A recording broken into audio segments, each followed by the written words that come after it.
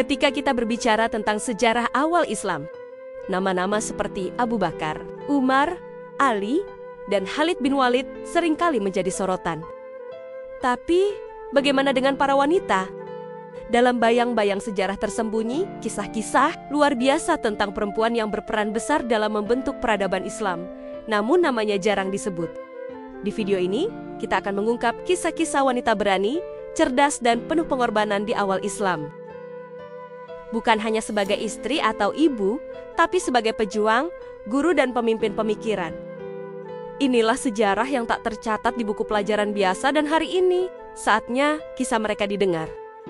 Kita awali dengan Khadijah binti Khuwailid, pilar awal dakwah. Khadijah bukan hanya istri Nabi Muhammad SAW, tapi juga wanita pengusaha paling sukses di Mekah. Dialah yang pertama kali percaya kepada kenabian suaminya. Ia membiayai dakwah Islam dengan hartanya dan mendukung Nabi secara moral dan emosional di saat seluruh dunia menentangnya.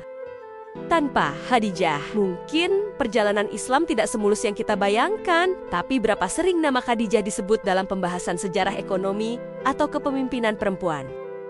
Selanjutnya Nusaibah binti Ka'ab, sang perisai Rasul.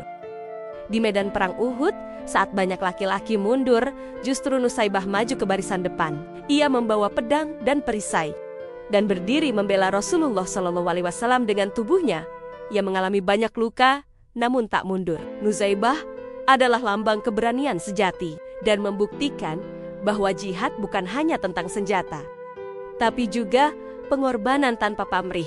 Selanjutnya Asma binti Abu Bakar, sang penopang hijrah. Asma, putri Abu Bakar, memainkan peran vital dalam peristiwa hijrah Rasulullah SAW ke Madinah. Ia membawa makanan secara diam-diam ke Gua Sur, menantang bahaya besar dari kaum Quraisy. Karena kecerdasannya menyembunyikan jejak, Rasulullah dan Abu Bakar selamat dari pengejaran. Perannya mungkin terdengar sederhana, tapi sangat strategis. Tanpa Asma, sejarah hijrah mungkin berbeda.